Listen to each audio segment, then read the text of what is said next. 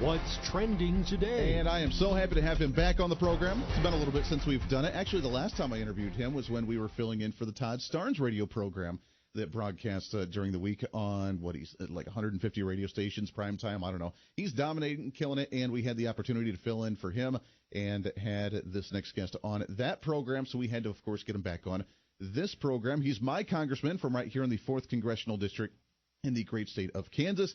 Congressman Ron Estes hanging out on the line from Washington, D.C. Congressman, how are you, my friend? I'm doing great, Andy. How are you doing? I'm doing great. It is so good to talk to you again, and we always love and appreciate everything that you're doing up there. Holy cow, you guys have not stopped at all. After the debt ceiling bills that we had just a month or so ago, you're still working on appropriation stuff. We'll get into all that in a second, but right now it seems like the flavor of the day in Washington has, of course, been investigations on the Bidens, which I have to ask, I know that we're opening up investigations, but any other word on what we've heard about the cocaine incident at the White House right now? Oh, that's the one that they're really secret about, and I can't understand how they found an 8-ball worth of cocaine with prop of H. Biden on it, and they don't know where it belongs. Yeah. Yeah, and it's kind of sad that the Secret Service isn't being as forthright with that. I mean, they have access to the information. They have cameras. I mean, I've been to that entrance myself. I know that, in terms of accessing cubby holes to put property into, such as your cell phone or a purse or something that you're not allowed to bring in, they've got to know information that they aren't being forthright with, and that's a sad part that. This administration they're so political. They're so they're looking for cover-ups, and I'm going to talk a lot today about the whistleblowers. I don't know if you want to dive into that. Yeah. It's the perfect introduction to it because you're right. I mean, right now we have a lack of investigation on the cocaine incident, which is sad and ridiculous, but scary at the same time because of the fact that we're not being transparent and open with investigations on a family that could potentially be extremely corrupt. Not just with illicit drugs and illegal drugs in the White House, but as well as their finances. For years we've been concerned, and now we have audio, we have video, we have emails, we have absolute proof from what it sounds like on some of the shenanigans and financial dealings that the family's been doing with overseas dealings. And the FBI just wants to shut doors on this stuff until some of these IRS whistleblowers are coming out. Talk about the latest that you guys have heard. Yeah, it really is. And the Ways and Means Committee on the House side and the Senate Finance Committee are the two places that can actually dive into some of the details dealing with the IRS because it's confidential information. We want to make sure it stays that way. But two American citizens who happen to work for the IRS came forth as whistleblowers, and we're saying that this investigation is not being done properly. It's not being followed through the normal chains. It's not both certain people from the FBI and certain people from the Department of Justice, even at the U.S. District Attorney level, are not doing their job, and they slow walk this investigation, and that they actually there's so many allegations in there. It's hard to talk about in just a half hour. They found a storage container, and somebody in the FBI or the Department of Justice leaked that to Hunter Biden's attorneys so that they could go clean it out before a search warrant was executed. The U.S. attorney would not allow search warrants. It would not allow investigation. It would not allow meeting with the people that they wanted to talk to, people of interest, as well as Hunter Biden. They wouldn't change the venue to take it out of the state of Delaware, and so we have Merrick Garland, who said that the U.S. attorney Weiss had all the authority to do what he needed to. We have the whistleblowers saying Weiss is saying Merrick Garland didn't allow him the authority to do that. We have now, as we've seen this information that's come out, is that there was over $8.3 million in payments. We don't know of dubious nature of these payments were because so many of them were from Communist China. They were from the former Ukraine government. They were from Burisma. They were from Romania. And Hunter Biden didn't pay taxes on them. And as a result of the decisions made by certain people at the FBI and U.S. Attorney's Office, he's not going to be prosecuted for it because they waited to get past the statute of limitations. And then they brought this plea bargain forward with that the week we were having the whistleblower information made public, they came out with this plea bargain agreement that's really just a slap on the wrist, that actually forgives the years of the bad tax information. And so, we're on Ways and Means, we're going to focus on why did they not follow right procedures in terms of making sure the audits happen? Why have they retaliated against these whistleblowers? Because that's the next step of what they've done that the IRS commissioner said he wouldn't do, was any retaliation on whistleblowers. And they've taken all of the members off of that team.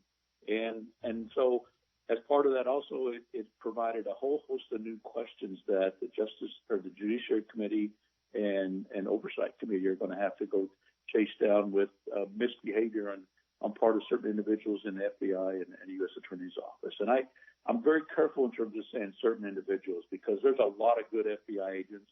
There's a lot of folks that want to do the right thing. I mean, we even had some FBI agents come to our office as whistleblowers on some of the things that have been going on in the administration. So I want to make sure that the good men and women are doing a hard job in support of our country aren't tarred by the bad actions of a few. Yeah, amen to that. There's a lot to unpack there, so there's a really lot to talk about. But, Congressman, wouldn't it seem with the charges that did come up against Hunter Biden on so little, saying that they'd even drop some of the punishments as long as he just pays the taxes that he's owed on the millions of dollars that he didn't file? At the same time, though, Congressman, I know multiple stories of people going to jail for not paying on millions of dollars worth of taxes that the IRS wants, along with, at the same time, having a simple possession of an illegal firearm while in possession of drugs at the same time. Those two together, you're looking at years in prison for a normal American. Why in the world are the Bidens getting such special treatment and and some of these, like you said, these corrupt ones, or being bullied in some way, shape, or form, giving the Biden family such a special treatment on these cases? Yeah, it really is a special treatment. I mean, we, as you mentioned, that there were 2 years worth of tax returns that they did the plea agreement on to misdemeanor charges and pay a fine for. Actually, it was a 6-year period of income coming in that wasn't reported as taxes, and you overlay that on the gun charge, which isn't necessarily the process that we're following through. So obviously, this is a big sweetheart deal that was given to the president's son out of special treatment, and I just hope the judge rejects the plea bargain because it's so out of norm of what should be done with a case like this that it should be rejected and sent back, and a judge has a purview to do that. Just because the prosecutor and the defense attorney agreed to this sweetheart deal doesn't mean that the judge has to agree to it. That is true. Do you think that as well there should be some additional investigation and or charges brought up on the fact that the FBI completely just turned away the Hunter Biden laptop at the beginning, saying that it was disinformation, it wasn't real, when they knew it was, and then once this became a story, then they begrudgingly accepted that back? I mean, if they were turning away evidence that would further this investigation on some of the criminal activity going on, shouldn't there be some type of additional thing put on top of this as well? Yeah, there really is. I mean, the way we break down the Judiciary Committee in the House of Representatives as responsible for oversight on the FBI, but just to break that down into a little bit more details, the FBI knew in 2019 that was Hunter Biden's laptop. I mean, they confirmed it with his Apple ID that was connected to the laptop, and so they went through all of this disinformation campaign during the 2020 election. The Biden political campaign actually got all these former intelligence officers to actually say that it exactly like disinformation when the facts were it was a Biden laptop. The FBI knew it. They didn't bring it forth. They did. They weren't truthful and honest in bringing out the facts around that. And this really is irresponsible on the part of people in a role where they're not supposed to be political. They're supposed to focus on upholding the Constitution and the laws of the country. Yeah, amen to that. Last question on this. We got just about a minute before we have to take a hard break here. But with the IRS whistleblowers, like you said, that have been booted off the case and are actually getting some retribution even from the other side and with threats, does that involve some type of potential investigation on impeding an investigation with willful threaten or blackmailing or whatever from the other side because they want to keep this secret? I mean, this is all seems to be blowing up in front of their face right now, isn't it? Yeah, it really is. I mean, as the facts come out, and the media is out attacking the whistleblowers and trying to. One of them has come public. The other one wants to keep his identity secret, and that's certainly the purview of a whistleblower for their own personal reasons. But absolutely, from the standpoint of the things that we look at on Ways and Means, we have responsibility over the IRS. And what we need to dive into is why does the Department of Justice and the FBI not work with the IRS to make sure that investigations happen the way they should? Why do they hinder the IRS from getting and doing the job that they should be? And why is the IRS procedure set up so that allows it to happen? And then the second thing that we need to focus on is the retaliation on the part of the IRS commissioner against the employees within the IRS who are trying to do the right thing, trying to be honest, trying to make sure that the facts come out. Hold on a second, Congressman. You're saying actually federal agencies working together to try and get to the bottom of an investigation? What a wild concept. Let's take a break here. It's Congressman Ron Estes from the 4th District of Kansas. Lots more coming up here on the program. Stay here. This is the Voice of Reason with Andy Hoosier. Fighting for freedom every day. This is the Voice of Reason with Andy Hoosier. Yes, indeed it is. Welcome back into the program. 24 minutes past the hour. Radio, TV, live streaming, podcasting, hanging out for a Monday. Trying to set that tone of excitement. Exhilarating, man. Those endorphins are running high for a Monday to kick off a brand new week. We're hanging out a few more minutes here with Congressman Ron Estes from the 4th District of Kansas, my district here in the great state of Kansas, as we've talked about some of the whistleblowers, investigations going on with the Biden family, the special treatment they're getting. Congressman, I want to shift gears, though, for the last few minutes before you have to run, and I know you got to run here soon. I appreciate your time, as always, really much. But you guys had a big vote at the end of last week as well with the NDAA, or the National Defense Authorization Act, that caused a little bit of a stir. I mean, usually it's a bipartisan thing. We bicker about it. Militaries, we need more funding here. We need more funding for, defense. What a wild concept. But this one, Democrats not liking it too much because we're actually trying to direct money in appropriate places. It really is. So the NDAA is one of the bills that typically gets passed every year. It's one of the must-pass bills because it sets the priorities for the defense, and it also includes some provisions like making sure that combat pay is addressed for our men and women in uniform and that they're supported through that. So what we've seen over the years is that a lot of things have gotten added to it. The Biden administration's absolutely made it worse in terms of putting in all of these social programs and gender programs and diversity, equity, and inclusion programs through that. So what we did was focus on how do we get back to focus on our warfighting capability that we want our military to have capability was. So we were able to identify $40 billion worth of spending that was out there in different categories that was wasteful, was fraudulent, that shouldn't have been used in the way it was being used, and able to repurpose that without spending any more in the Defense Department.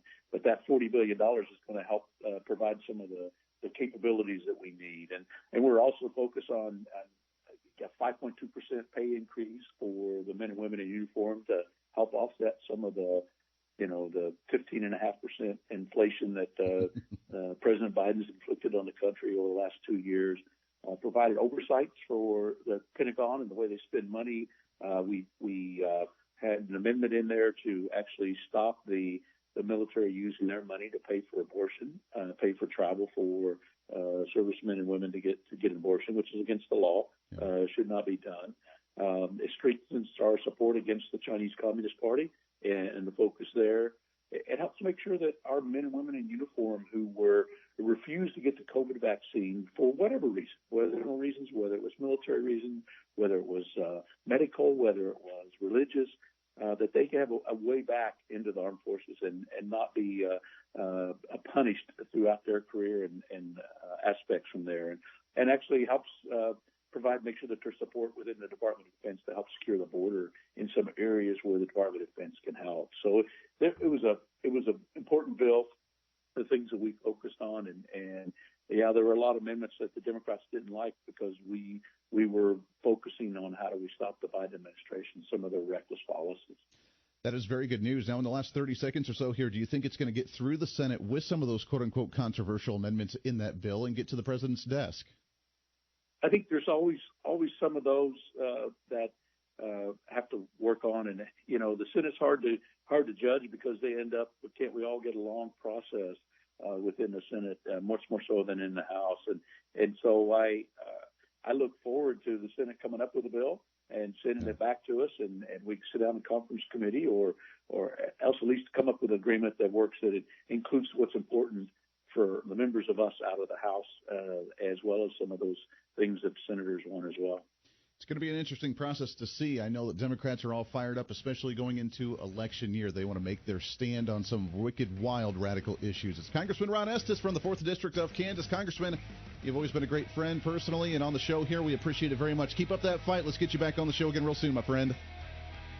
All right. Thank you, Andy. Hey, always a pleasure. All right, we'll take a break here. Lots more coming up for a Monday on The Voice of Reason. Stay right here. This is The Voice of Reason with Andy Hoosier.